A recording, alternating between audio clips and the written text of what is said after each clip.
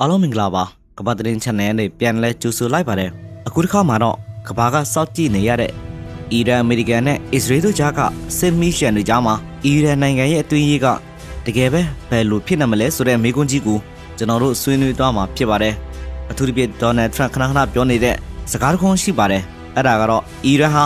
အခုချိန်မှာပြိုလဲတော့မဲ့အခြေအနေကိုရောက်နေပြီလို့ကျွန်တော်တို့ကိုအကြောင်းကြားလာတယ်ဆိုတဲ့ကိစ္စပါထရန့်ကသူပိုင်တဲ့ Truth Social မှာအတိအလင်းရေးသားခဲ့တာပါအီရန်ကသူတို့စီကိုကြောင်းကြလာတယ်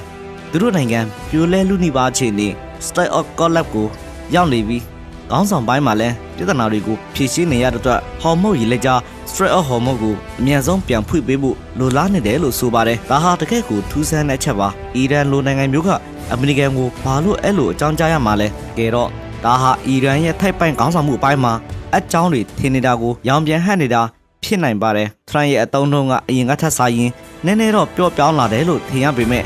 အီရန်ရဲ့ခေါင်းဆောင်ပိုင်းကြားမှာကွဲပြဲဖြစ်နေတယ်ဆိုတာကိုတော့ပေါ်လွင်စေပါတယ်အီရန်လိုနိုင်ငံမျိုးမှာစစ်တပ်နိုင်ငံရေးတနမရေးနဲ့စီးပွားရေးကဏ္ဍတွေကြားထဲမှာဆုံးဖြတ်ချက်ချရခတ်တဲ့အခြေအနေမျိုးနဲ့ကြုံနေရတာဟာတဘာဝကျပေမဲ့အခြေအနေကတော့ပိုပြီးနှက်ဆိုင်ပုံရပါတယ် Financial တိုင်းလိုသတင်းဌာနကြီးတွေကလည်းအီရန်ရဲ့အတွင်းပိုင်းအကြောင်းများဆိုတဲ့ခေါင်းစဉ်နဲ့ဝေဖန်ထောက်ပြနေကြပါတယ်အထူးသဖြင့်ခေါင်းဆောင်ပျောက်ဆုံးနေတဲ့စစ်ရေးစစ်ကဲအောက်ကနိုင်ငံရေးလို့တင်စားနေတာပါဘာလို့လဲဆိုတော့အီရန်ရဲ့အမြင့်ဆုံးခေါင်းဆောင်လို့ယူဆရတဲ့မိုဂျတာဘာခါမနီဟာပြီးခဲ့တဲ့ဖေဖော်ဝါရီ28ရက်ဘုံပေါက်ကွဲမှုမှာဒဏ်ရာရခဲ့ပြီးတဲ့နောက်ပိုင်း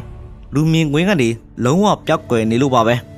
အမြင့်ဆုံးခေါင်းဆောင်ကအမိတ်မပေးနိုင်တဲ့အခါမှာအောက်ခြေကလူတွေဟာအမောက်ရင်းတွေလုံမိဖို့ပိုနီးစက်လာပါတယ်လက်ရှိမှာအီရန်ဟာတနိုင်ငံတည်းအစိုးရနှစ်ရပ်ဖြစ်နေတယ်လို့ပါပဲတနင်္လာရေးဘက်မှာလွှတ်တော်ဥက္ကဋ္ဌဂါလီဘတ်တို့အဖွဲ့ကအမေရိကန်နဲ့နျူကလ িয়ার ကိစ္စဆွေးနွေးဖို့အသင့်ရှိနေပေမဲ့ IRGC လို့ခေါ်တဲ့တော်လှန်ရေးအစောက်တပ်ဘက်ကတော့လုံးဝမဖြစ်နိုင်ဘူးလို့တင်းမာမာငင်းဆန်နေပါတယ် IRGC ဘက်ကအမေရိကန်ကိုတောင်းဆိုတဲ့အချက်၃ချက်ကလည်းအရန်ကိုပြင်းထန်ပါတယ်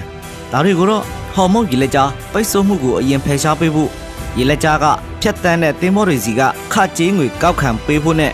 ယူရေနီယံတပ်ဆင်မှုကိုဆက်လုပ်ခွင့်ပေးဖို့တို့ပဲဖြစ်ပါတယ်ဒီအချက်တွေကိုထရန့်ကလက်ခံဖို့ဆိုတာမလွယ်ပါဘူးဒါကြောင့်အီရန်ရဲ့အကြီးမားဆုံးစိန်ခေါ်မှုကအခုချိန်မှာပြည်ပရန်ထက်ပြည်တွင်းကခေါင်းဆောင်မှုဝိရောဓိဖြစ်နေတာပါသဘောထားတင်းမာသူတွေနဲ့တနမရေးလမ်းစဉ်သမားတွေကြားကဒီကွဲပြဲဟာအီရန်ကိုတကယ်ပဲပြိုလဲသွားစေမလားဆိုတာကတော့စိတ်ဝင်စားစရာပါအမေရိကန်ကတော့ဒီအချက်ကိုတုံ့ချပြီးအီရန်ကိုအားနဲ့တော့အောင်နီးမျိုးစုံနဲ့ဖိအားပေးမှသေချာပါပဲအီရန်ရဲ့အနာဂတ်ဟာသူတို့ရဲ့အတန်တန်တဲ့ထွက်ပေါ်လာနိုင်မှုပေါ်မှာပဲမူတည်နေပါတော့တယ်